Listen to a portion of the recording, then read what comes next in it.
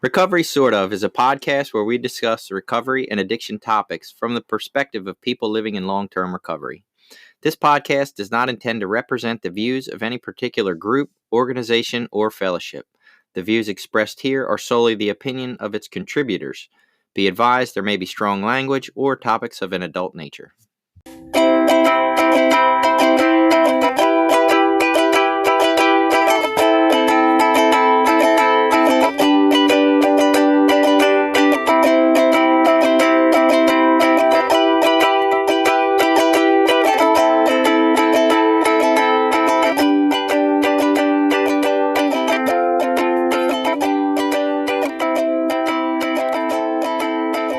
Hello and welcome back to Recovery Sort of. It's Jason. I'm a guy in long-term recovery and I'm here always with Billy.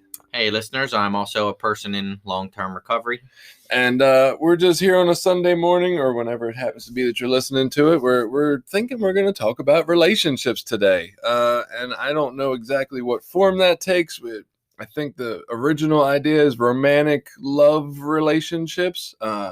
But relationships kind of stems to any and everything in our lives, how we relate to people, how we relate to things. I think we're going to title this with the disclaimer part 1 at the end, because there will probably be 486 million parts of a podcast on relationships. I can't imagine how you could discuss it all in an hour and a half or, 484 hours and a half, honestly. So just to start off a little bit, I think where we at least want to begin with this is the idea that we get into relationships with the intent to, be more fulfilled somehow. And a lot of times that looks in the way we talk. We say this person's, my other half or my better half. Sometimes we say, so we're only half of the equation. Or we meet our soulmate or our true love, and they're supposed to complete us, right? That whole idea of you complete me. And so I think we can go into these relationships feeling like we're missing part of something, like part of ourselves. And that might be, the void we feel. Maybe that's why we use drugs. We felt a void, an emptiness, a longing for something more, and we use to fill that void.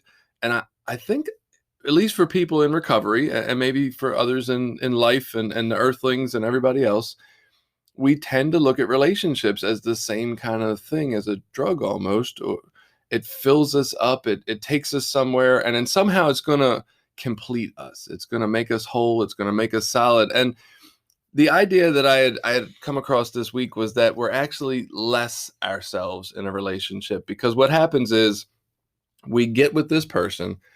It feels good. It's happy. It's new. There's novelty going on. There's all this excitement about this new prospect of hope that we're going to be, whole again.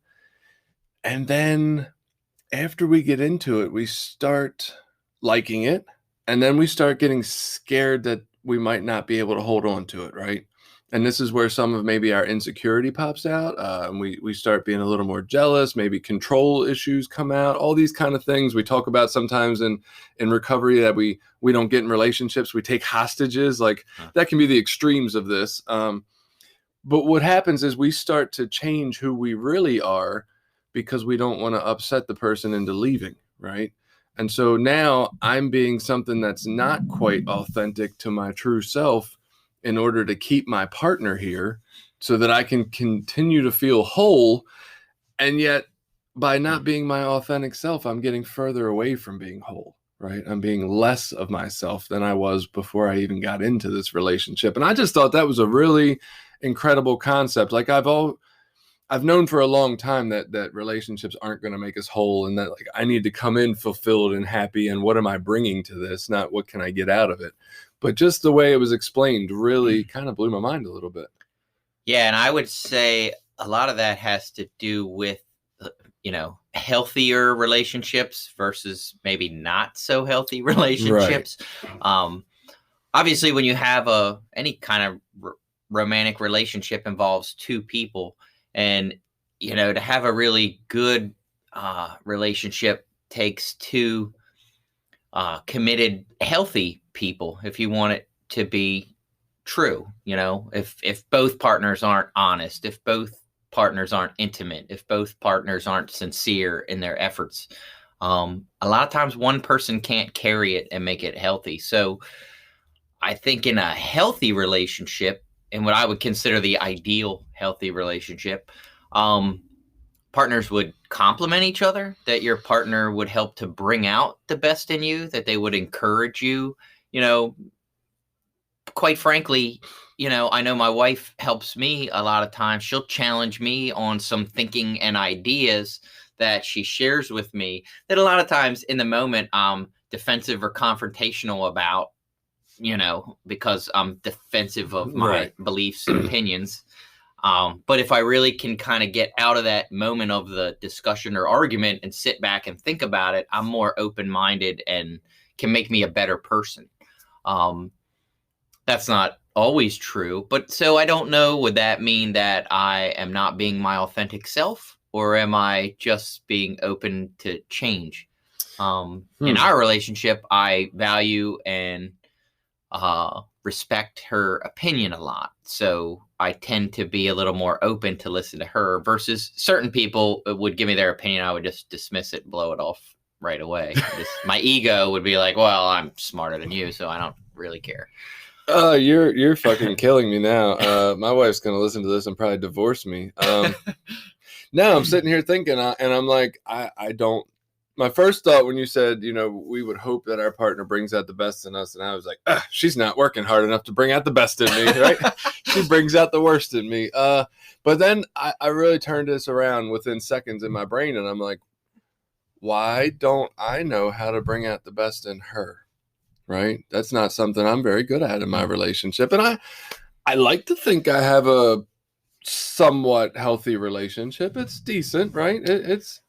I'm pretty happy in it. And we have a lot of happier times than we do, not so great times. But I don't think I do that well at bringing out the best in her. And I'm not sure she does the opposite either. And she will tell you, if you ask her, that I give a lot more respect to some other people's thoughts in my life. Like when they say something, I'm like, oh, I need to really think about that. And then when she says it, I'm like, that's fucking dumb, right? I don't want to be that way, but sometimes I definitely can be. So my wife would probably say the same thing. I'm sure she feels that way. Okay. Because a lot of times, again, in the moment, I will strongly defend or sort of, come back with my rebuttals to why what she's saying I don't know if I agree with, or I don't know.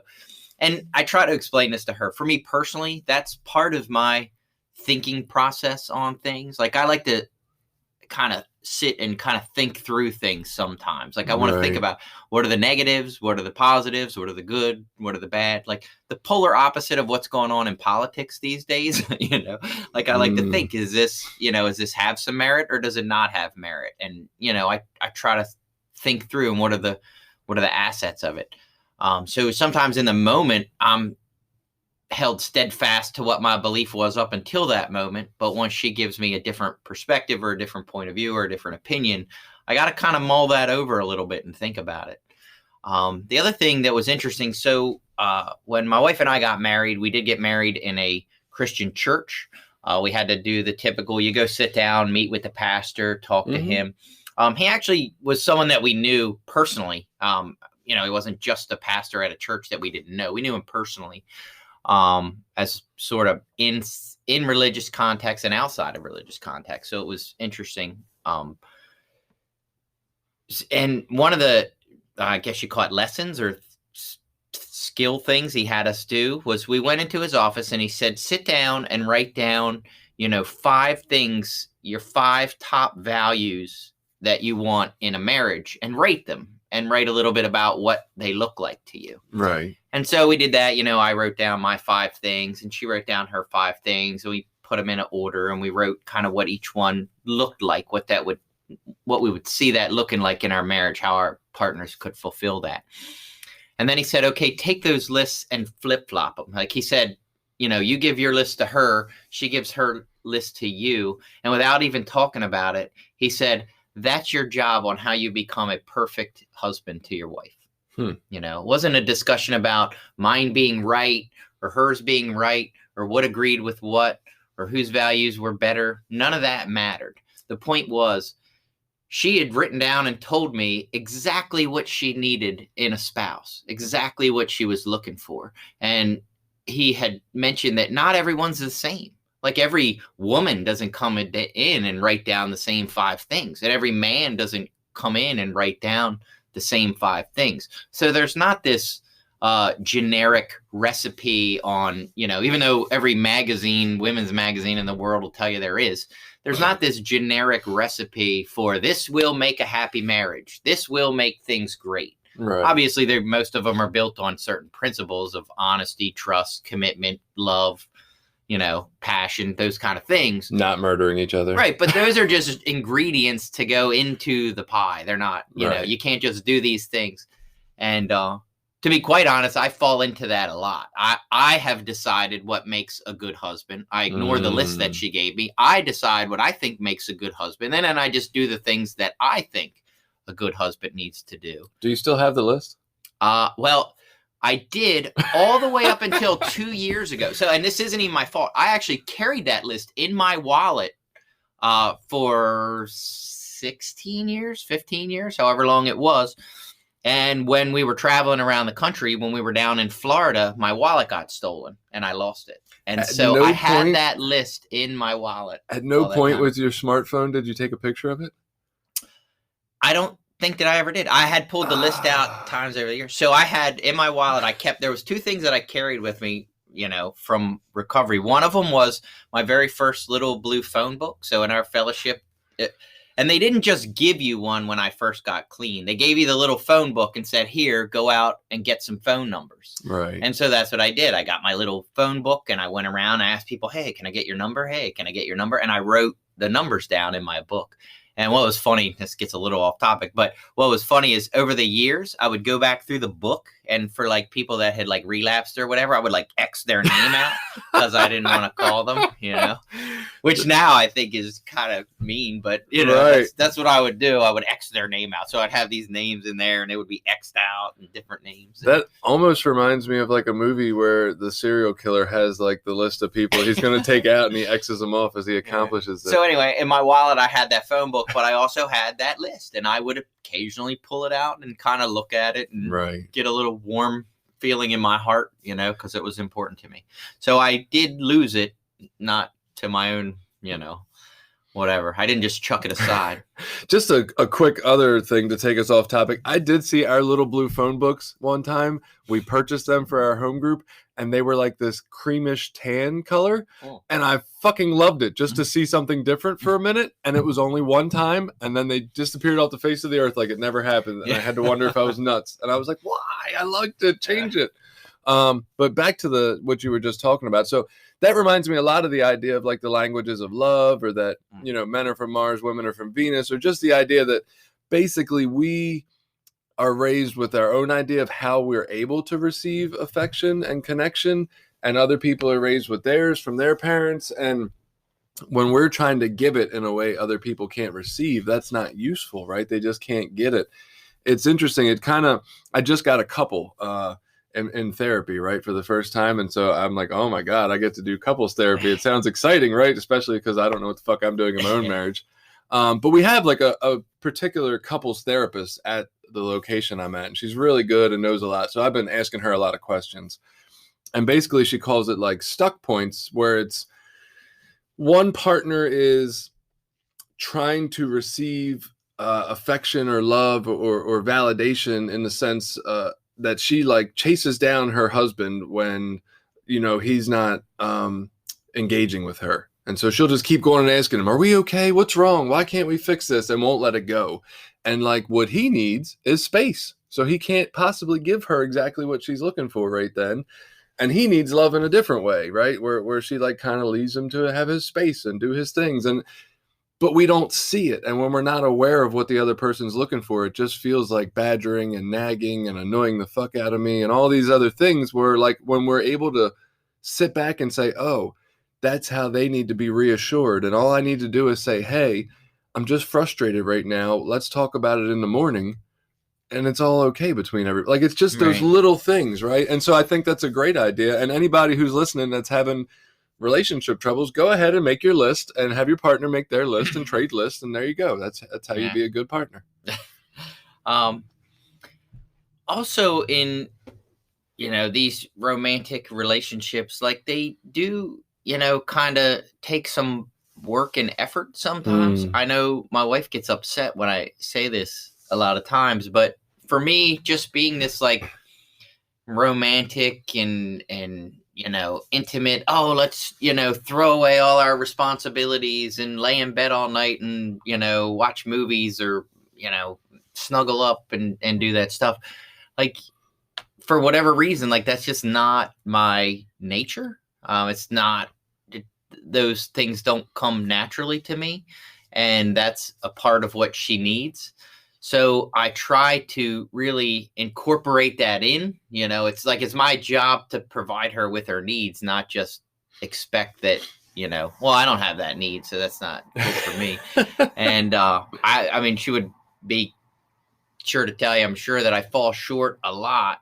But I think paying attention to what your partner's asking for is really critical, in keeping happiness. I mean, again, it's easy for me to fall into this pattern. So one of the things I've been struggling with lately, and I see it, with my intimate relationship with my wife and with my kids, is I tend to invest a lot of emotional energy into things that don't deserve that emotional energy. And then by the time I get home, I don't have any more to give because I'm emotionally burnt out. Right. And so when my wife or the kids ask for some kind of emotional energy, I'm like, what the fuck? Aren't I doing enough? Isn't this good enough? Aren't you getting enough from me already? You need fucking more. Right. And I get resentful and angry. And the truth is, that's a pattern I've fallen into over the years. And the things that typically get a lot of my energy are things that I don't want to say they're not important, but they don't need as much emotional input as I put into them. One of them is my job. I tend to put a lot of like my personal emotional energy into work. And I think that I can withdraw some of that energy and still be just as valuable and productive and all that things at work.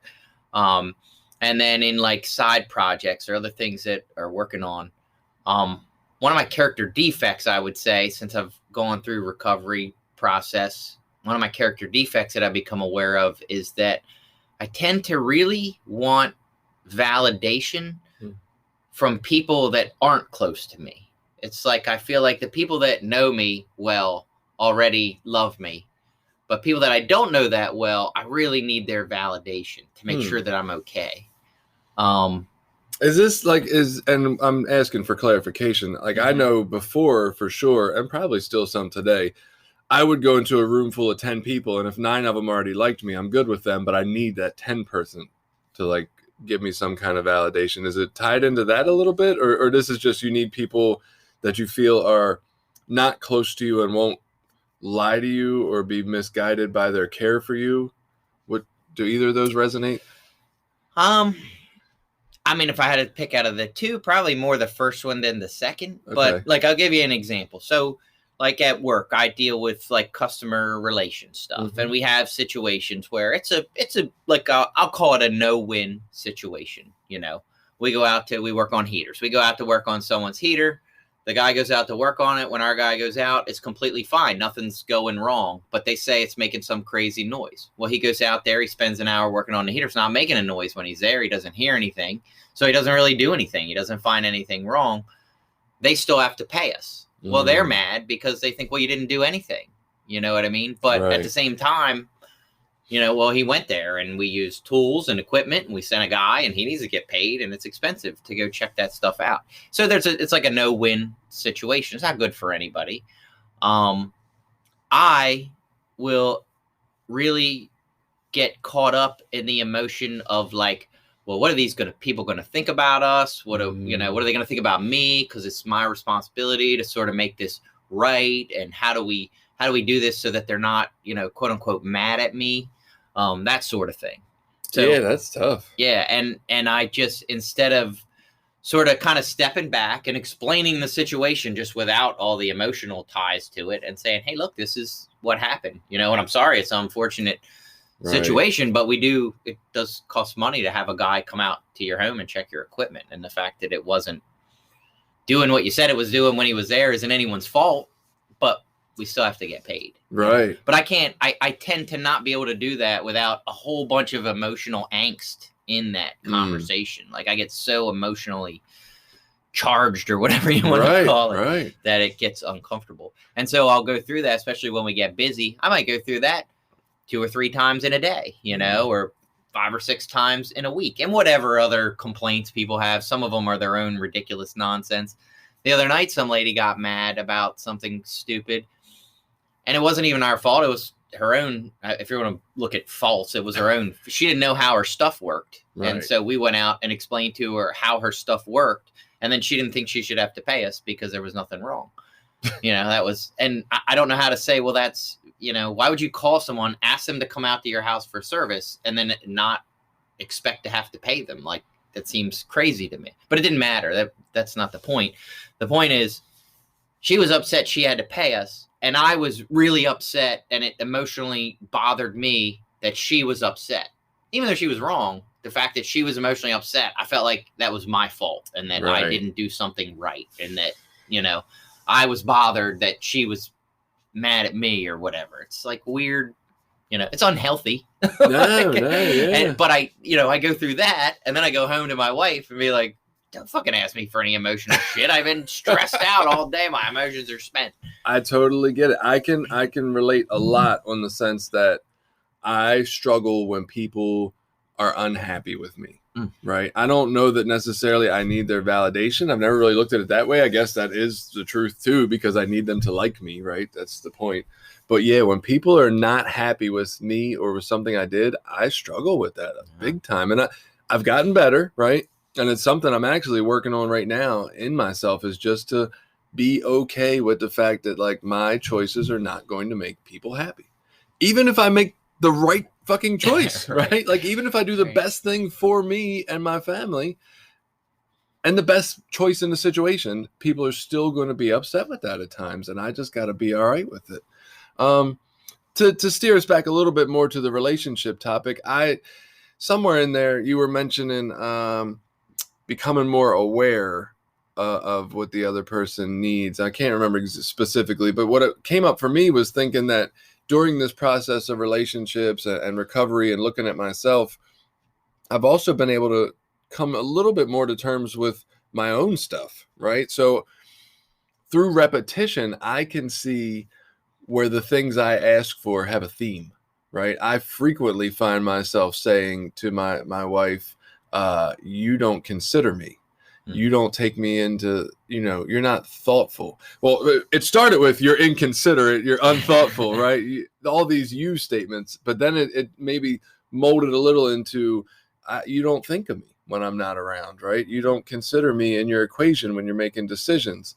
And maybe there's some of that, right? Maybe that's true to some extent, but I've also realized in looking at that and how frequently I say it and the ways I say it, and maybe looking at the fact of, do I do this in return, right? It's a little unfathomable how often I want to be considered and thought of, almost in every goddamn way, right? Oh my God, you went to the grocery store and you didn't think I might need something? Like, I stop at fucking stores all the time and don't ask nobody shit, right? So what is that about me is what I got to look at. And through that relationship process, I'm able to see that like there is something about me that maybe who feels forgotten about, right? And that's what hurts me. I don't like when friends go out and hang out and don't think to invite me out, or when they have a second friend besides me, like that can hurt my feelings. And like, I just want to be important is what I've learned through all that. And there's certain things that I feel importance through, which is being considered, right? Oh, you stopped at a fast food place. Did you pick me up food? God, I feel so loved right now. And that's my, way to feel loved, is to be thought of. And so in our situation, it's the opposite way around. I'm the unthoughtful one.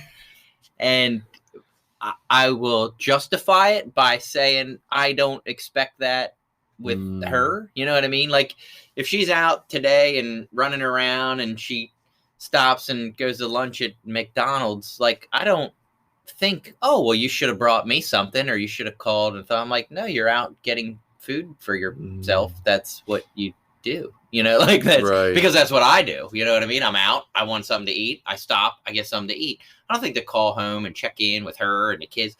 And but she appreciates that. And I can tell, I'll say, oh yeah, I stopped and got something to eat at McDonald's before I came home. Oh, you didn't think to call us? I'm like, no, I just hungry. Oh, if you need something, if you'd have called and asked me for something while I was out, I would have got you something. I never mind doing that.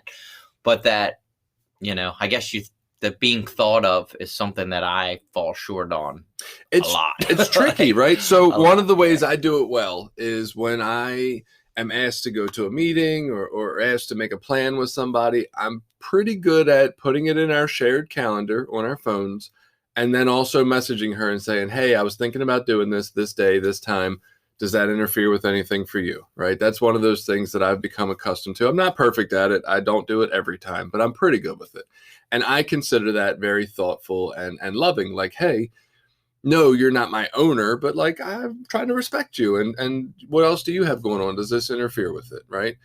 Now, my wife is the person who will never say no to anything, even if it's the worst possible fucking thing I could be doing at that time. She could need my help and be going into surgery, and she'll be like, no, it's fine. I'll figure out, like this martyr type or something. And so it doesn't really work well for us to any result, but I'll use that and I'll say, this is what I do, but she does not do that very frequently in return, right? She makes plans all the time, doesn't even mention them to me. It comes up. I'm like, what the fuck? Why aren't you home from work yet? She's like, oh, I'm having a beer with my coworkers. And I'm like, why couldn't you just tell me that, right? Like, I don't give a fuck. She's not one of us, by the way. She's an earthling. She's welcome to have a beer if she wants it. Right. And it just really bothers me, right? And but I've had to learn that some of that is mine because I don't live this I think of everyone perfectly all the time at all, right? When we go to Starbucks, when we're out with me, my wife and my kids, I'm like, fuck them kids. They ain't getting $4 drinks. I'm here for a $2 coffee, right? I'm not spending $28 because I want a $2 coffee. This is for me. Right. So it's very iffy on where I stand on it. But I just the realization that through that process, I can turn it and look at myself, right? That's a healthy thing, I think, in a relationship is instead of pointing the finger at my partner about what they're not doing. And not to say that they couldn't do a little better in that area, but let me look at myself and what it is that I'm really looking for out of this relationship. Like, what am I feeling like I'm missing that makes me feel this way? And then maybe I can have a better conversation with them instead of you unthoughtful bitch, which is where I started at, right? I needed to gain some insight. Yeah. And interestingly enough, I was sitting here thinking about, as you say, kind of losing yourself in a relationship. And so my wife had called me the other day and asked me, she was asked to share at a recovery event going on February 2nd at 7 p.m. in Annapolis. And she just called and said, hey, I was asked to come share at this event at, on February 2nd. Do you want to go with me? We'll go down for the day. We'll get food and we'll go to the meeting and all that. I said, yeah, sure. It'll be fun. And then I didn't look at a calendar. And when I looked at the calendar, I realized, oh, shit, February 2nd is actually the Super Bowl day. Right. And I am a big sports fan. I really like sports. I love football. I've watched all season, paid attention all the way through the playoffs. I know all the teams, and I really want to watch the Super Bowl. Right. But here I'm torn because I told her I would do this thing and I made this commitment. And I want her to feel loved and supported, and I don't want to back out on her. And so I fall into this place where I feel like this is some sort of quote unquote love test, like where is my love really? Is my love really for my wife? Is she really more important than the Super Bowl? And that's fucking hard. Because obviously, I would say, well, yeah, she's more important. But this is speaking at a meeting. I've heard her speak 100 times, if not more. Literally.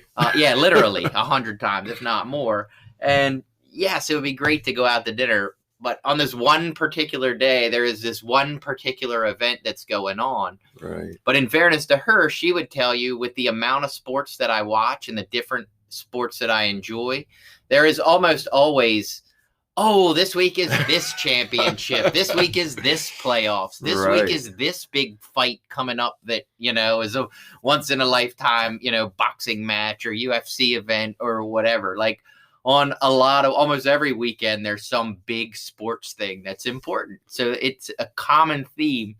And I find myself in this situation, and it's just, how do I keep true to myself and still be a good, loving, supportive husband? And can I do both of those things at the same time? That is a good question. So let's think about it for a second. We'll play this ad for Voices of Hope, and then we'll come right back and talk about it. This episode has been brought to you by Voices of Hope, Inc., a nonprofit grassroots recovery organization located in Maryland. Voices of Hope is a community-based organization that fights to protect the rights of people who struggle with substance use. Please support them by attending their 5th annual gratitude banquet on February the 15th.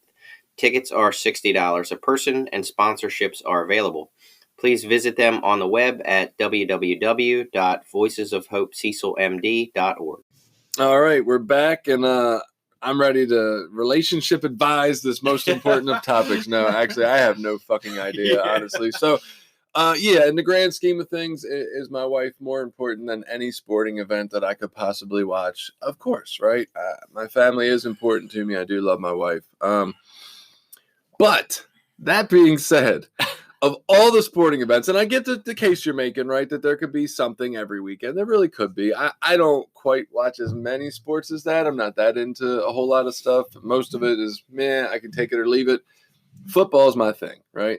The Super Bowl, the culmination of the entire season of football, is definitely my thing. And the fact that you add into it that it's just a pop culture event at this point with all the commercials and the halftime show. And I'm sold on this is definitely, if there is a one big thing all year long, this is the motherfucking one, right? There's no doubt in my mind that if I get to pick one, it's this one and nothing's happening on that night. But I don't know, right? I skipped some of the playoffs after the Ravens got knocked out. It just wasn't that huge or important anymore, right? I've missed games throughout the week, and never after the game am I like, oh man, I wish I'd have watched that. I'm always like, man, what the fuck ever, it's over now, right? It's not a big deal.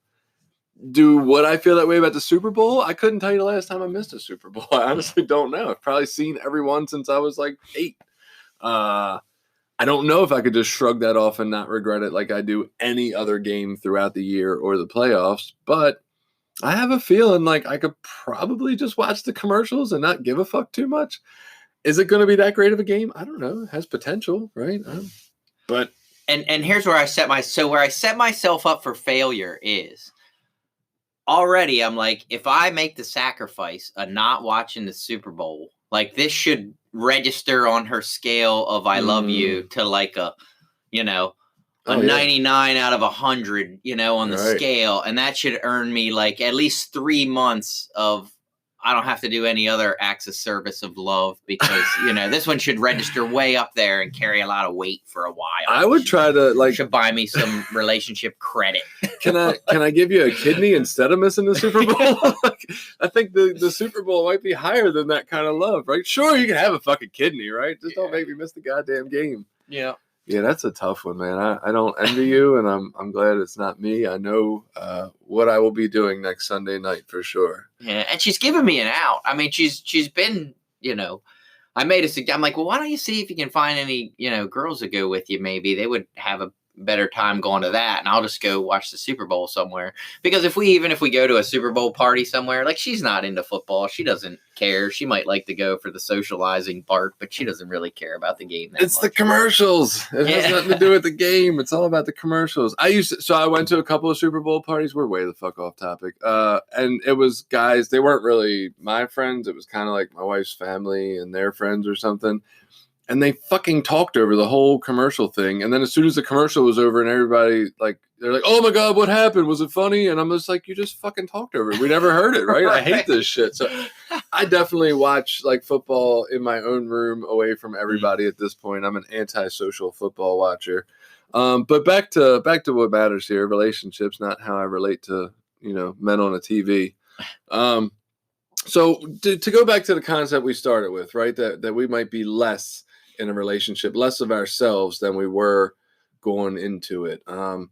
Some of these concepts I think have been around since when I first got to recovery, and probably before that, but that's when I heard them. The whole 2 dead batteries don't make a spark, 2 sickies don't make a welly. Like, I don't know if you've heard these ones before.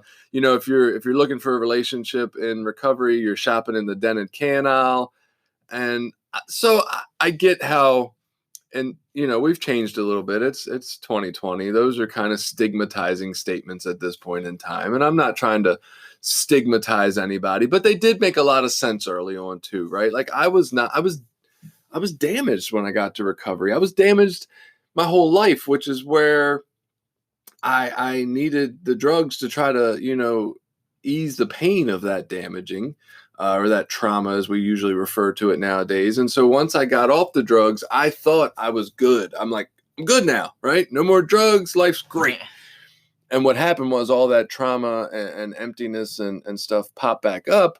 And I just looked for the next best way to feel good, which for me was relationships, right? And there's something very validating about somebody telling you make them whole, or you complete them, or you validate them, like the concept of wound rubbing, right? Like I'll tell you every awful thing there is about me, and you tell me every awful thing there is about you, and that's Tuesday night, and by Thursday we're living together, and I'm parenting your 3 kids that you had with somebody else. And just that wild concept of like, I just wanted to jump in and be a part of something, and this made me feel good. And then a week later, I got 4 other girlfriends that I'm texting on the side because one's not enough. And the whole validation aspect of it and trying to fill that void still. I just think early on, it was less about the fact that a relationship was a bad idea and more about the fact that I was using it like a drug. The way I used relationships was a bad idea. Not really that relationships themselves were terrible.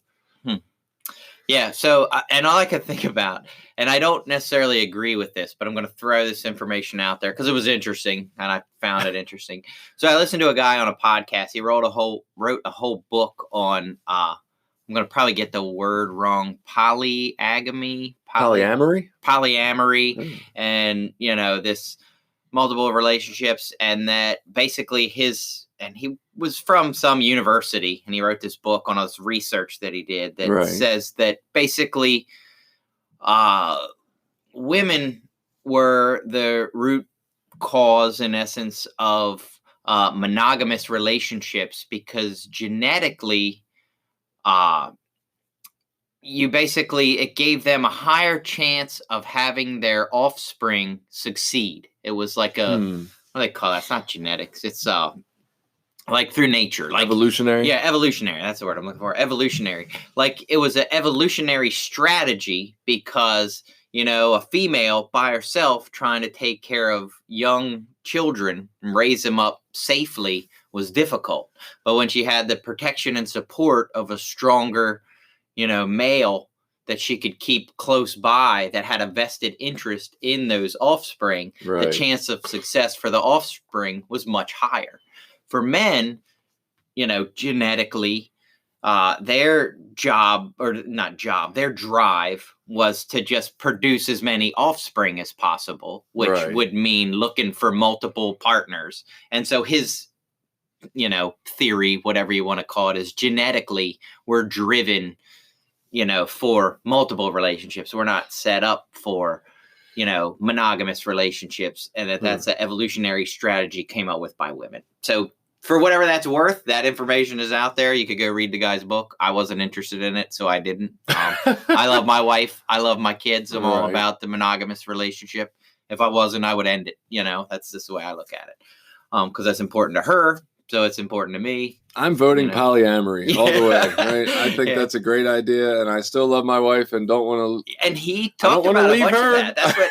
and he talked about a bunch of that. Like he said, he's in, however many, I don't know if he said however many relationships, but he said he's always lived that lifestyle and had women in his life that were okay with that. And, it was good. It was great. So I gave up drugs and I'm now addicted to disappointing women. But and that's kind of where I was going with that. But the point I think to get back to what you're talking about is more, as an addict, like there is always that inner drive of like, I'm never satisfied. And if one's good, more's better. And if this feels good, then, more of it's going to be better. And, do the same thing if I take Tylenol, the bottle says 2, but it's me. So I got to take 4, it's that idea. And as an addict, that drive is always there. It seems like. Yeah. And the idea that something outside ourselves is going to fix the inside feeling. Right. And the truth is, I mean, for most people, I know for me, like sex is great. Like it feels good. It's enjoyable. It's fun. Everybody loves it. It's a win-win for everybody. So why wouldn't more of it, be even better? But when it gets into the realm of, that emotional dishonesty and where there's lying and manipulation and all that is where it gets, where you can start to see it turns to, something that's not so good. Right. It's just like using, do I think people can go out and smoke weed and drink and be healthy and have a good time? Sure. I think people can do that in a healthy way. Just like you said, your wife, she can go out after work and have a couple beers. But if it turned into her going out and getting totally shit-faced drunk and then having to lie about where she was or what she did or all that stuff, then it might be a problem. So I think you have to look more at the behaviors around the particular relationship versus blaming the relationships or blaming, relationships for the problem. I don't even know if I want to go back and tackle the evolutionary theory that you posted there. I'm going to leave it alone for now, in fact. So back to the idea of these, relationships early in recovery, which I think you're bringing us back to. Are they a good idea? Are they not? The good old suggestion of stay out of relationships for a year, which, the greatest joke ever. Nobody knows if that works because nobody's ever done it.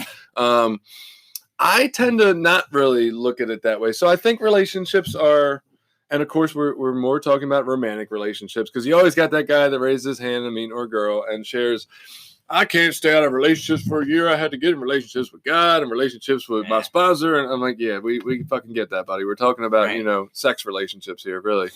I think I don't know so much about staying out of relationships for a year, but I do think there's a point to, look, I can get in a relationship with 3 months clean, right? I don't know how useful it's going to be for my life if I'm thinking about long term.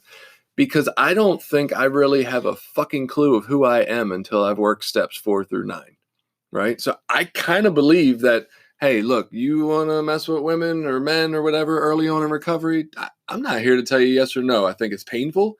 I hope you talk about it with people while you're doing it and going through it.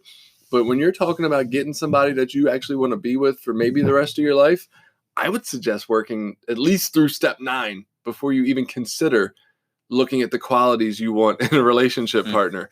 And that's, I guess, I don't know. I see these people possibly that come into recovery, right? They've dated somebody while they were using. The person they're dating wasn't using, right? And then they come into recovery and they get clean and they're just expecting that relationship to work out. And I'm like, you're going to want something different out of your life and yourself and your partner by the time you finish these steps. The steps are a change in who the fuck we are, right? Just fundamentally at our core. How would we even consider that an old relationship would work in the same way when that person that we related to from a different place? Yeah. Well, I do think people can grow and change in relationships. I mean, in my case, I hope they do. I think, I got involved with my wife in our relationship. I was very new in recovery. And I probably didn't have all the skills that I think I have now, or didn't have all the, life experience and emotional development that I have now later in life. And she's changed and I've changed. So our relationship has changed and grown over years. Right. So I think it can happen. Again, it just depends on what skills you're bringing to the table and what values you want to put in the front of your relationship, because there are a couple core values that are going to be crucial if you're talking about being in a long-term, committed relationship where it's like, hey, we're both in this together. Well, there takes some commitment, trust, love, faith, honesty. Like those are a couple things that need to be there. If those things aren't there, then that relationship isn't really built on anything. Right. With my wife, and like say for me personally, like just my story, if you will, when I was using, like I was never in a long-term relationship when I was using. Maybe 6 months might have been the longest one. And my parents are people that were married 49 years, I think it was, until my mom passed away. They were always committed. There was no adultery. There was no, they had a great, what looked like a normal, loving relationship from everything I could ever tell. They loved each other, cared about each other, respected each other, raised their kids together. So I had this great example of what a healthy, good relationship looked like.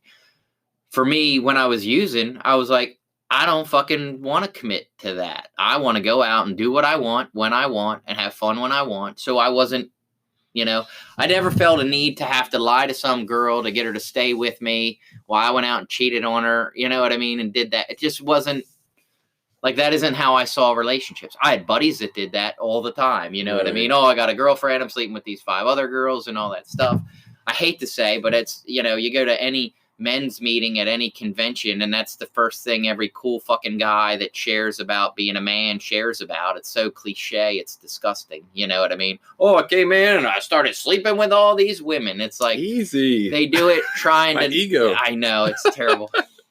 Well, and here's why. Because I tend to think most people do that as a brag more than as this humble thing. It's like the humble, I'm trying to do the humble brag kind of bullshit, and it's gross. I think it's overplayed, to be honest. Now that being said, so when I got clean and got into a relationship, a committed relationship with this woman, like I didn't have a history of trying to sleep around and have all these relationships behind her back. And those weren't values that I brought into my relationship experience. Right. So I don't know. I never did that stuff. And I always just felt like if I didn't want to be in that marriage or that relationship anymore, I would just fucking leave.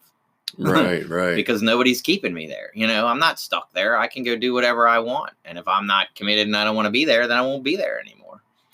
And so I think where you were starting with that, definitely the disclaimer on any topic of talk in here, especially this one. I've heard the story of people who, he had 1 week clean, she had a month and a half, and now 20 years later, they're still happily married, right?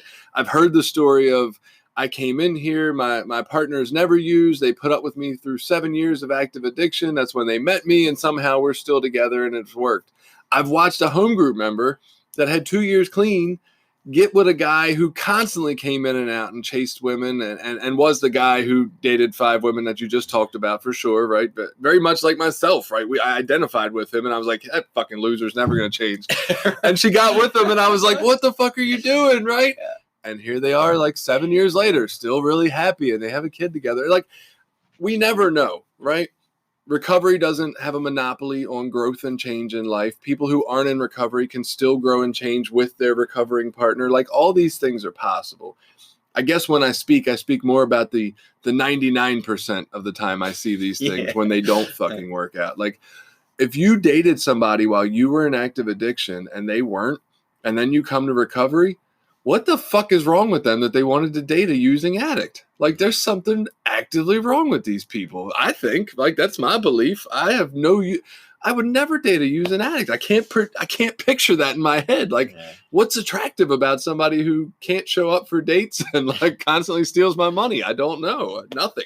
Maybe they're the adult children of alcoholics or the codependents or whatever. But right. Yeah, and I think, relationships are hard. Like, they are difficult. If you look at, non-addict marriage success rates and non-addict affairs and all that stuff. I mean, those numbers are very demoralizing. Like, if you looked at that, you would think, why the fuck is anybody going out and getting married? Like, it more than half the time never works. Like, Right. why are all these people? And people are lining up to go do it. You know, there's no shortage of marriage venues, even in a little county like this. There's a fucking marriages every weekend. You know, Right. people just can't wait to sign that agreement that most of the time is going to fail. I think it's the concept of it, right? Yeah. I think we're in love with the idea of these, I don't want to say fairy tales or concepts, or, you know, maybe heard in love with the idea of being in love. Like, I've heard it explained like that to me.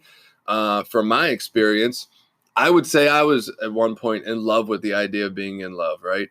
And what that really translated to later on was that I have like a sex and love addiction where I just crave this outside attention to make me feel whole, right? There's something that doesn't feel whole inside of me, and chasing these relationships and chasing people to want me does it, right? And it wasn't, in the end, it wasn't even, I didn't even want the sex with them, right? I just like, hey, will you let me? Now that I've convinced you to let me, I don't even want to anymore, right? It was just all about getting that validation. And, you know, there's some meetings out there for that. They talk about that. They come up with some, I tell you what, so I went to some meetings around that topic for quite a while, and I don't anymore, only because there's none in this area, because I do think they're very useful for healthy relationships. But a buddy of mine still goes, and we talk, and he's like, he stayed out of relationships for 2 years, which I think probably will fuck with the brain of anybody that lived like me early in addiction. Like, out of relationships for 2 years, no sex, no masturbation, 2 fucking years. Are you crazy? Right? I'd have told you lost your mind. Why live? Right? But we talk all the time. And so he did. And he's actively getting back to dating now that he feels, you know, like he's in a better place, in a different place. And just the strangeness of being content living with yourself after 2 years. And now I'm not looking for a relationship to fill anything anymore. Right? I'm looking for, like, I'm not, so I always felt stuck. I'm like, oh, we like each other. It feels good. Even if there's some shit about you I don't like, I can't get rid of you because this is really working for me.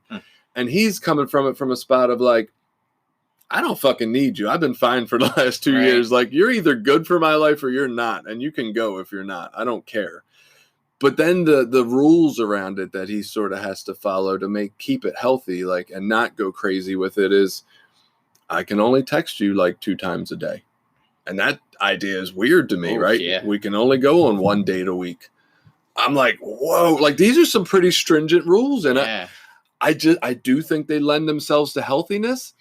But I look and I'm like, who the fuck is able to do that? Right? I don't know people that are capable of that shit. That's pretty impressive. Yeah. And so I just look like, what the fuck are we doing when we're dating nowadays and relating? It's nothing like that. Are we all unhealthy? Like, yeah. And that's super admirable. I mean, like, obviously my situation played out the way it is, and I don't know that I would necessarily change it. I got into the relationship I was in for, you know, I had a couple months clean and ended up in a relationship, and it wasn't some intentional. Like, I don't feel like I set out to find it. I feel like it happened naturally. Right. And so there's a funny story, and I'll say this for all my belief in God and how I talk about all that, I don't know if I believe in God and fate and all that stuff. So I first met my wife. I had come into recovery. I was 19, I believe. And I had come into recovery, and I was in for a couple months, and I met her back then, and she was married at the time. She was going through a divorce with this guy, and her and I had kind of hung out. We were friends, but we didn't date or anything. There was no kind of romantic relationship. But I had said, like, I knew then that was going to be the person that I was going to marry. Now, I don't know if that's one of those, like, the secret, I fucking willed it into existence kind of bullshit or whatever. But and for whatever reason in my head, I'm like, that's the person I want to marry. And I wasn't a committed relationship person. I wasn't interested in getting married for the longest time. I was like, I'm never getting married. I'm going to just be single and do what I want and have my own free life. How could you not say ready to mingle after that? Yeah, single and ready to mingle. And, then I got clean and my life changed, and she was still in recovery. And so we met, and, we ended up married. Fulfilled that reality, that fantasy. And, I don't know if things would have been different if I had not been in relationships for a year or two. I mean, I guess you never know what coulda, woulda, shoulda. Right. But I just know that a lot of the skills that I needed to succeed in what I'll call a healthy relationship came from what I learned in recovery. And the deeper I learn those skills, the better I am able to be at my relationship. Now I'm at a point in my life where when my relationship starts to get a little weird or a little uncomfortable, I want to talk about it. I think for the longest time in my romantic relationship, I thought if things just don't naturally and spontaneously happen, then they're not meant to be. And what I mean by that is, like, if we didn't just end up in bed every night, making love, or if we didn't just end up on these long walks along the pier, I guess I just thought that shit would magically happen somewhere. I didn't realize that, no, it takes effort. And sometimes it means I have to do some shit that I don't want to do. Sometimes it means I have to sit up late at night and talk to her about her problems when I really don't want to, when all I want to do is watch some fucking TV and go to bed. I have to make some sacrifices. If I want all the good things that come along with this relationship, I have to put some work in too. And I think a lot of people miss that part. You know what I mean? They just think, well, we love each other, so all these things are spontaneously and magically just supposed to happen. And you're supposed to know what my needs are without me having to tell you. You're supposed to be able to read my mind and know, what I want before I ask. And, that sounds great, but it just doesn't seem to be reality. We're going to have a rare moment where we agree here. I think you are completely right. So my concept of love was that, like, I met someone and these fucking butterflies and nausea took over my stomach and I was just so infatuated with them. And from there on, that was just going to happen, right? And if the time. Right, all the time. And it wouldn't take any work. Like, it wasn't work to go out of my way to take my girlfriend to dinner at that point. Like, I couldn't wait to spend more fucking time with her, right? And I just thought when that went away, that meant I needed a new one. That one obviously didn't work right? Like, it was supposed to last forever. Yeah. It didn't. It lasted 6 months. Now you got to go away so I can try again. And I think I definitely missed the point in that. Like, it is effort in a relationship. And I don't think that feeling is love anymore. I don't believe that. I think it might be novelty. It might be infatuation. It might be lust. I don't know what the hell you want to call it, but I definitely don't think it's love.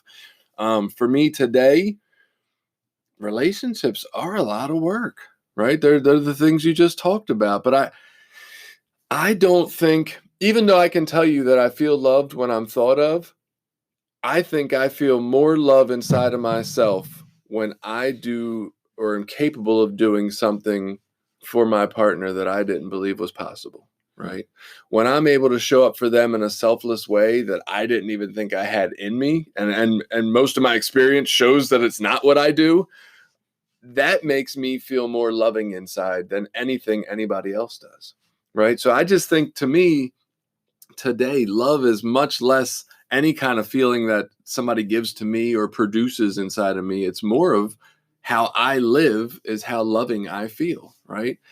I notice it more with my kids. For some reason, it's been easier to break through that barrier with them. And, when my daughter ran a race and came in, I don't even remember at this point if it was second or third. That's how little it mattered, right? But my reaction is, you just need to train harder and we'll get first next time, right?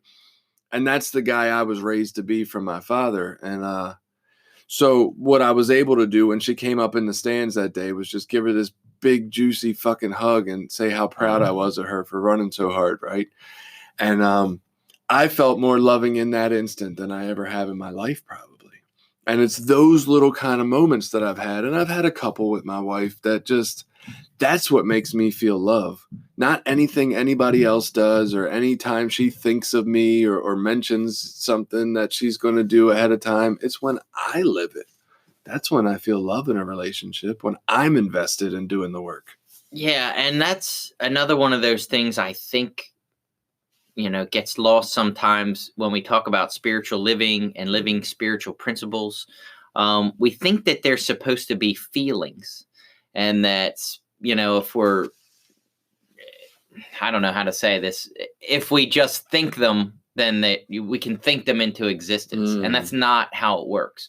We bring them to existence through our actions. And by, as you said, by practicing love in my relationships, my awareness grows for love, and I become aware of how other people are loving me in return. If all I'm doing is looking for love and I'm not giving it out, then I'm not finding it, because I'm looking for something to be filled. I'm looking for some. So you mean to say that old song, Looking for Love in All the Wrong Places, wasn't about like going to the bar or the street corner. It was more about the fact that I was looking for it outside of myself instead of inside. Sure. That sounds deep. Good. Yeah. How did he know? Right. But, love is one of those words too, where there's so many different meanings to it. When we look at love, the way we love different people is different. The way we love friends is different than the way we love our kids, which is different than the way that we love our spouse. And, what my expectation on my love relationship with my wife is very different than my expectation on my love relationship with you. Like what I'm looking for, or what I think makes that a loving relationship, is going to be different. And so in romantic relationships, there's stages of love that you go through. And if you read any of these love books, I believe it's in the 5 love languages. There's a couple different relationship books I've read over the years. I can't remember all the names, but the 5 love languages is a big one. They talk about, this infatuation stage that we get in when we get into new relationships, and that, we become, in essence, what you're saying, like we become this person that is just totally looking to give to the other people. And we're totally willing to put aside, our wants and our desires and our needs to just give all this love to this person. And they talk about that stage lasting about 2 years. They're overestimating my life. Yeah. If you're an addict, it's like 4 days, but right. but it says, I guess that's an average, and I don't know what that comes from. It's just what they say in the book. Right. But they talk about that infatuation stage lasting about 2 years. And that's where during that stage, like, you'll ignore all those like warning signs of the bad characteristics of this person. You'll blow off all the shit that they're doing, and make excuses and rationalizations and justifications. And then once you get through that romantic love stage or that infatuation stage, like reality starts to set in, and you start to be like, wait a minute, this son of a bitch is out running the streets every night of the week. Right. Before that, it's this great quality, like, oh, he's hustling, trying to make a living, and he's such a hard worker. And, right. And then after a while, like, reality starts to set in. And there's a different kind of like long-term, more of less infatuation, more realistic form. I'm going to call it realistic form of love. When we got married, the pastor at our church described it as what's called agape love, which is Greek. I guess it probably comes from the Bible because he was a very Christian person. And so what they mean by agape love, basically it's the highest form of love or charity. And it was, the way they described it, it's the way that God loved man. But it's basically like unconditional love and commitment. So, we get past that sort of infatuation stage. And if we're lucky enough to make it through that, and work through our issues, that's where the things like the 5 love languages come in. Now, all of a sudden, I need to really connect with you in a deep way and figure out, okay, what does it take to keep filling your love tank? What does it take to keep meeting your love needs? And then to be able to say to you, hey, here are my love needs. This is what I need. And this is what I expect you to do for me. And it's this, reciprocational relationship where we both, again, ideally in an ideal situation, we're bringing out the best in each other. Right. The internet's ruined me. You talked about a Greek word for the highest love, and all I could think of was like trips to Greece and just some not so savory ideas that I've been exposed to.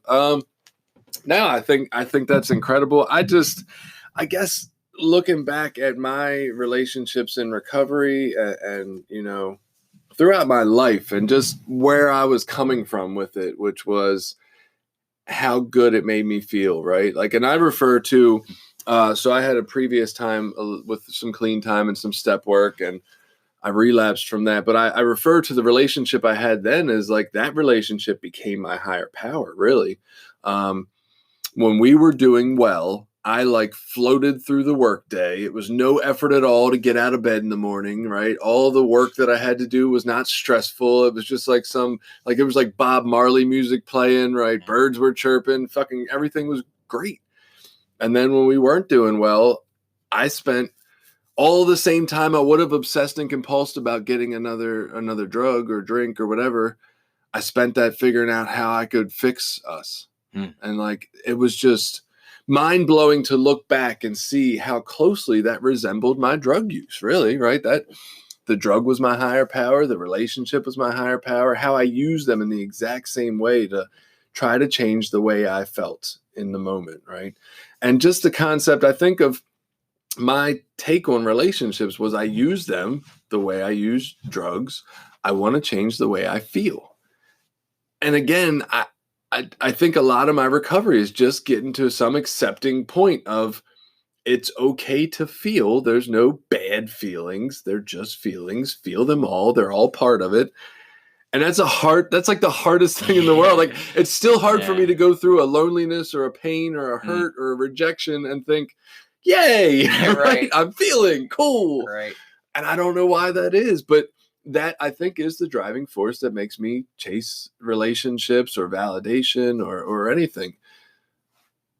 Yeah. And I think, sex relationships especially become, whatever you want to call it, like the easiest socially acceptable thing once you put down drugs, Right. because if you're out, sleeping with a bunch of chicks, all your buddies are going to think you're cool, you know what I mean? And it's, Right. Socially, it's totally, fine and great and whatever. So, and it's legal. There's nothing illegal about it.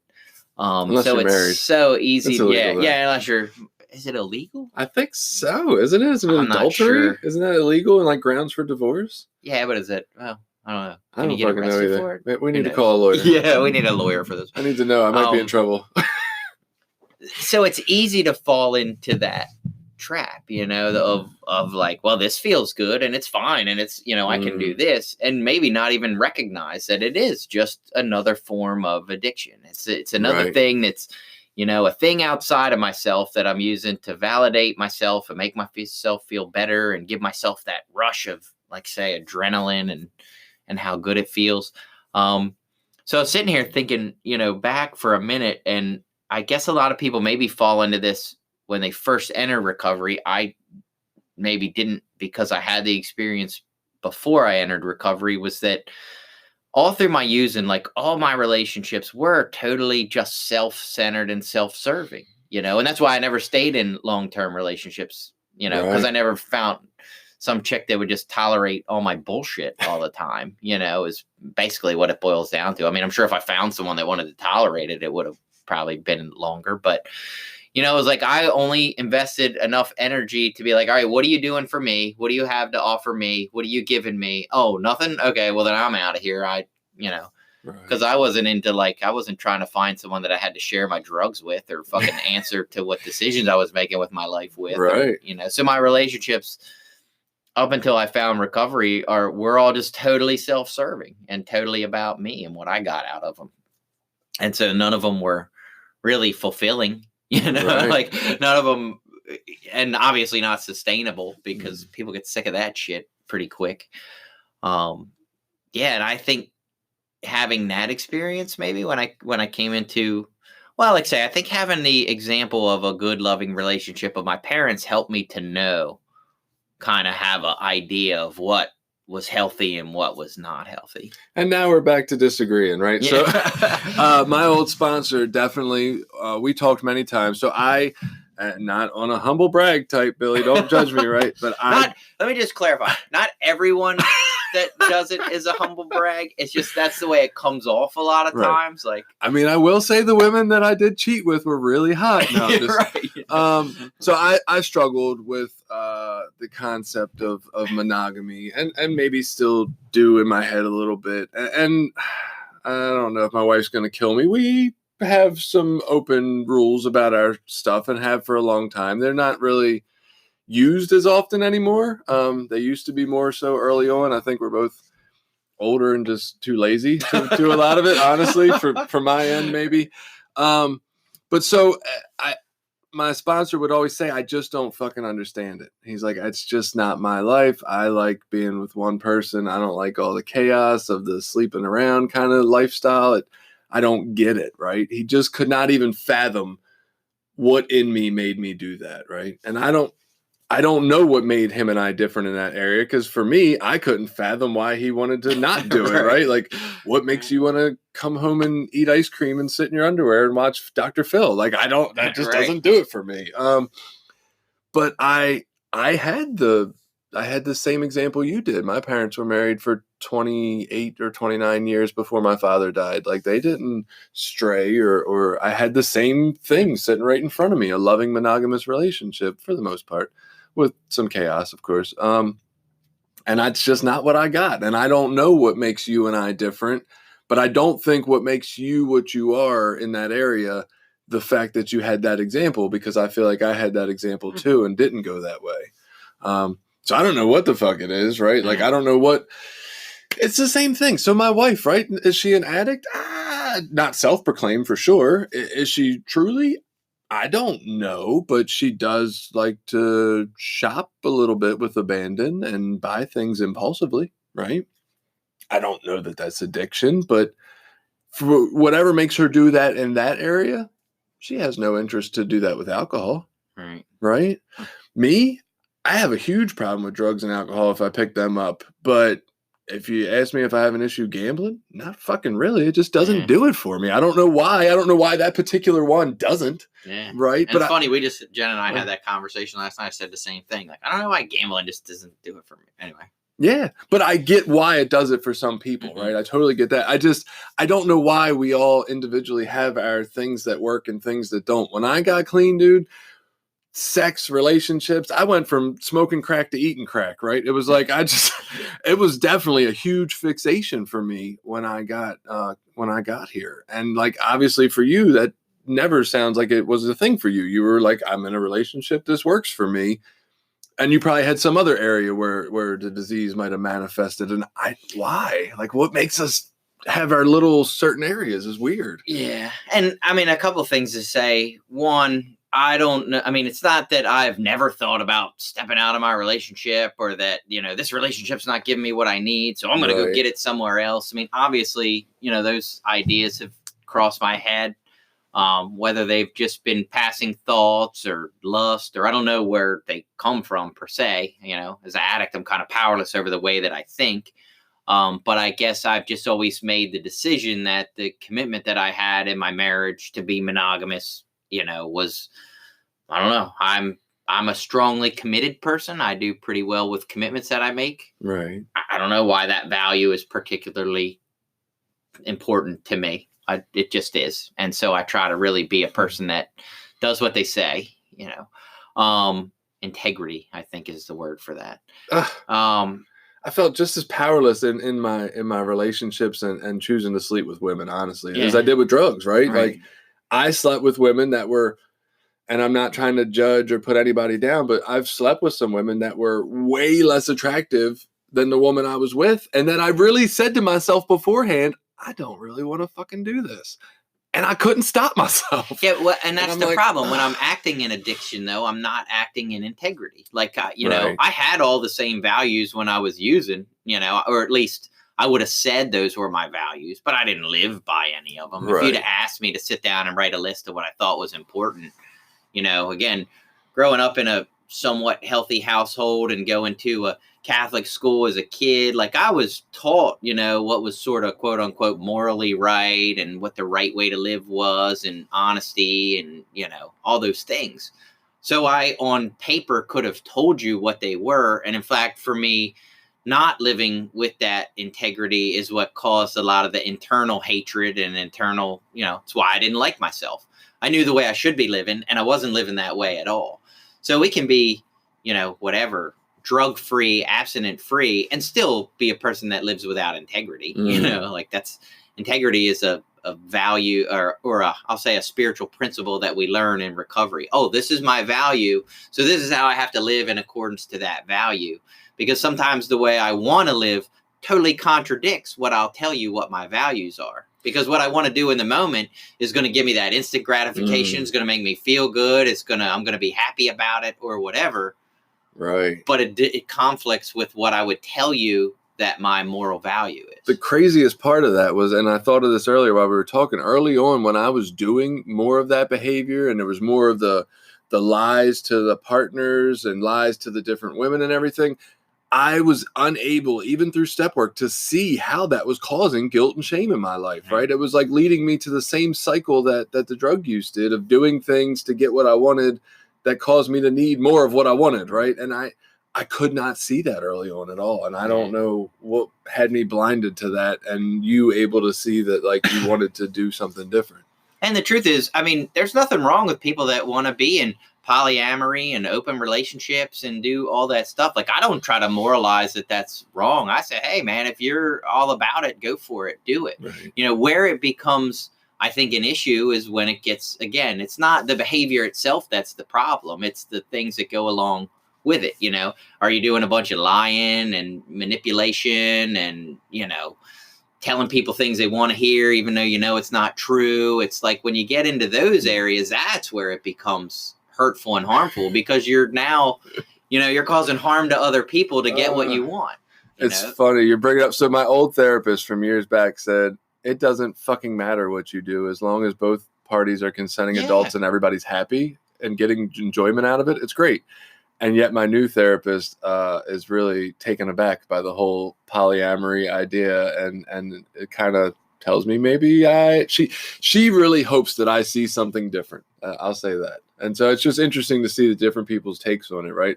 And not that I think one's more right than the other. I think both takes are kind of right in their own way. But it's interesting to see people that I look to for suggestions and advice and maybe admire a little bit, and to see all these different sides of differing opinions, and it's like, damn, how can we all think so different? Yeah, I try not to moralize people to death. You know what I mean? Like, my morals and values, well, one, they're mine, and they're really only mine today, because a couple years from now they could very much change. Right. You know what I mean? I mean, God forbid something happened to my wife, or we do get divorced. I mean, I don't know, maybe I would become polyamorous and not care anymore about monogamous relationships. I mean, I don't know. I really don't.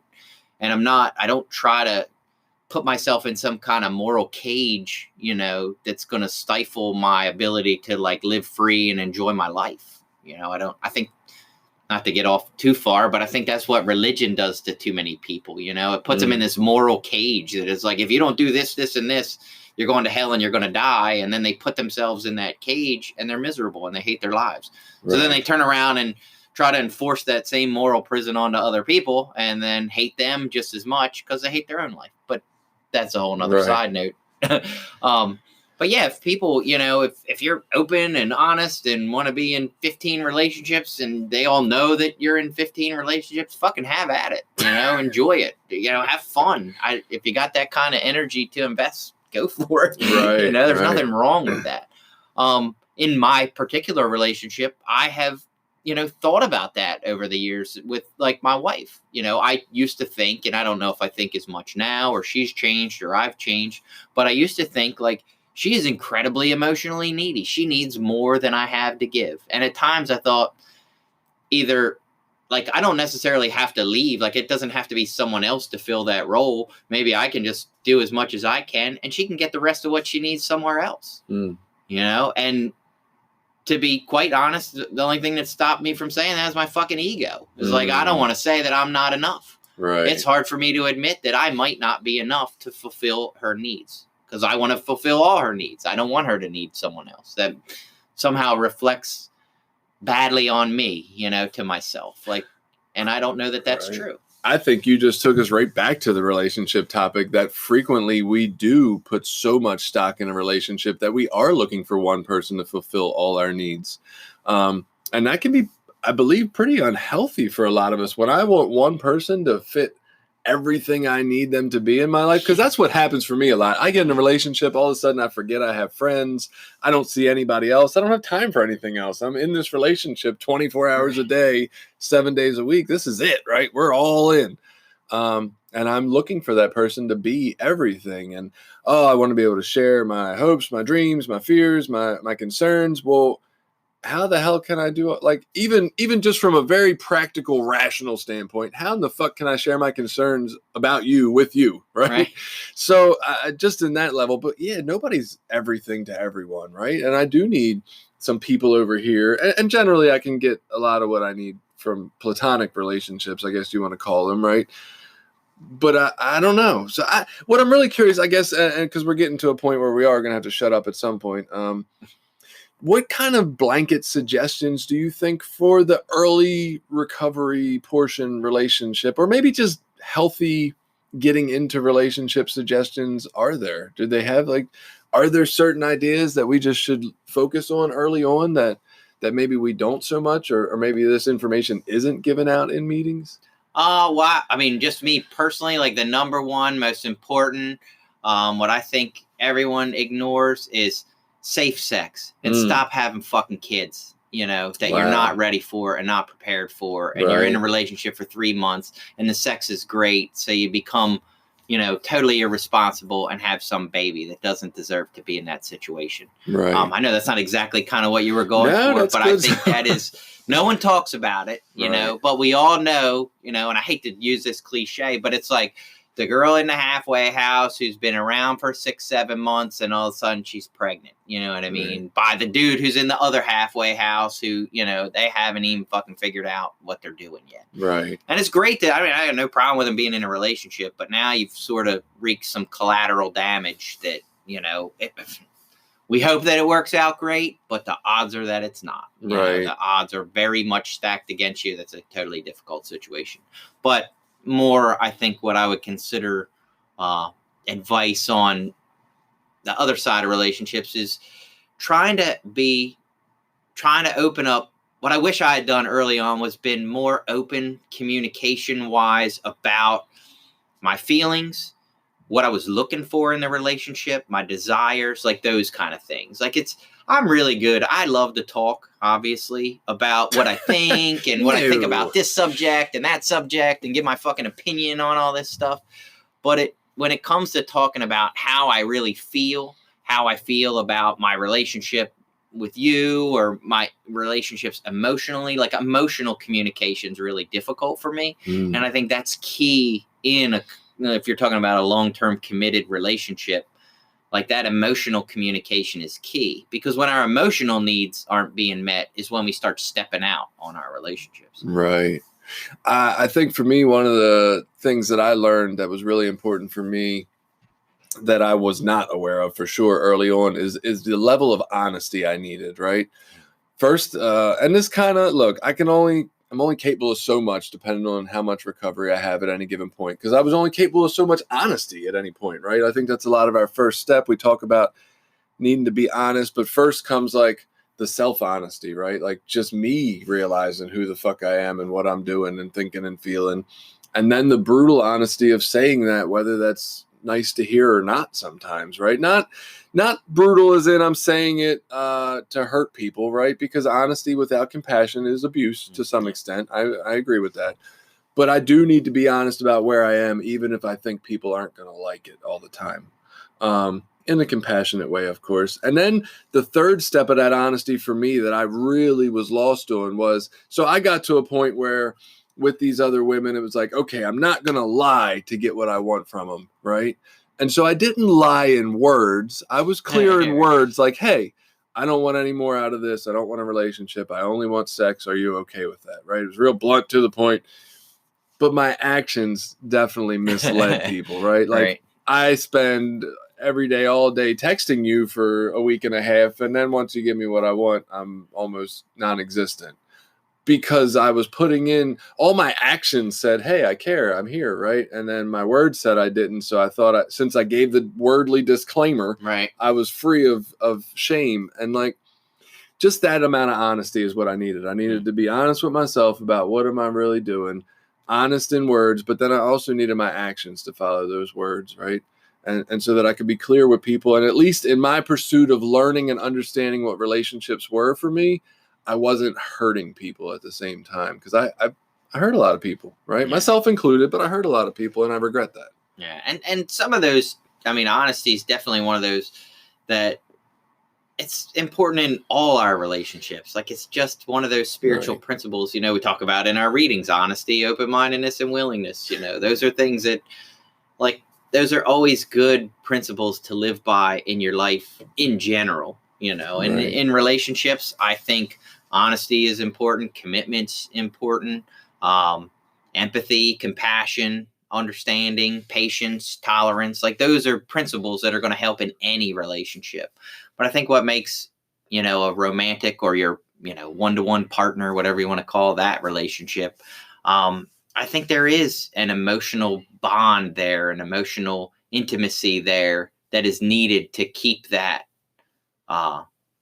the primary relationship, I guess you would say. Right. I would also suggest for anybody that's maybe a little earlier on or maybe just getting out of a relationship, I don't know that there's a certain amount of time or a certain amount of steps that make you healthy and ready for it, right? No. But if my fixation is on getting in a relationship, where my fixation isn't is on a relationship with myself, right? I'm not learning more about me when I spend all my time thinking about who could I possibly hook up with at this meeting, right? And so I would just encourage people, if that's where your fixation is, to question why, right? Why do I feel like I need this outside thing so much? What is it about it? And really encourage people to fucking get a relationship with you, right? Yeah. And I hate to talk into you terms, right? I want to get a relationship with me. That has been the best thing I've done in recovery, is learn who the fuck I am and try to do it on purpose. And that didn't happen when I was chasing relationships. And what my first sponsor told me when I got into my relationship early in recovery, because I think I had 4 months at that point, he just said, make sure you don't allow that relationship to become your higher power. That, anything that you put in front of your recovery, you will lose. Right. And so when I went into that relationship, I didn't cut back meetings. I didn't cut back step work. I didn't cut back my service commitments. Like, all those things were still a main focus and a main priority in my early recovery. And I didn't allow that relationship to give me the justification to dismiss all those things. And I think that was key in my recovery, my staying in recovery, and B, just building some of the basic tools that I needed to be someone who was worth being in a relationship with. Right. And don't get in a relationship with somebody in your fucking home group, for God's sakes. Worst idea ever. I did that and hated my home group afterwards. My wife was in my home group. Oh my God. I did it, and then we broke up, and then it was like, she ended up switching home groups, but we were in the same home group for a long time. I guess it works when I don't know. It didn't work for me. We were still in that new love phase. We were still in the infatuation phase. Well, we did it when we were in the infatuation phase, and then we weren't in the infatuation phase. We were broke up, and it was terrible, right? And my wife had 12 years clean, I think. So I probably just gave into whatever she said. Like, oh yeah, she knows. I mean, I don't know shit. I'm just fucking 4 months clean. What do I know? Right. Oh, we didn't even talk about 13th stepping and how. So just the one little thing I do want to say about it. It's kind of sad, as much as we can joke about it. It is a little sad that we've given it this title of 13th step, which kind of makes it funny like and okay. Joke, yeah. When it's kind of predatory. Oh, right? Yeah, it's very predatory. So I don't want to. We'll save that for part 2, I guess, since we're running out of time. But just be wary when you get with people who really have only your best interest at heart because it's good for you, not because there's a way to get in your pants. And I think one of the big suggestions we hear, at least in our fellowship, is that, stick with people of the same sex. Allow them to help you in your decision making. Again, no one in my male support group ever said, don't get in a relationship or don't get involved with her or talk me out of it. They just tried to give me some helpful advice and some tools and support so that if shit did go sideways, I wasn't going to use. I get confused about the men with the men, women with the women thing in this day and age, because we're not all the way we think we all are supposed to be. We're not all cisgender, right? We don't all just like the same or the opposite sex. And so I stick with people who aren't going to be dangerous for you, right? Like if I think I might want to fuck my sponsor, I should probably get a different sponsor or network, right? Like that's just not going to work. So yeah, that's what we got for this week on part 1 of the billion parts of relationships. If you're on Instagram or Twitter, our links are in the show notes. If you want to be a part of this, we got an email, of course, and you can leave messages on this podcast specifically to give us your ideas. We'd love to hear them. Have a good week. That wraps up this episode. Please subscribe, rate, and review this podcast on your preferred platform. If you have ideas for topics you'd like us to talk about or just want to add an opinion, contact us through Anchor, email us at recoverysortof@gmail.com, or find us on Twitter @recoverysortof.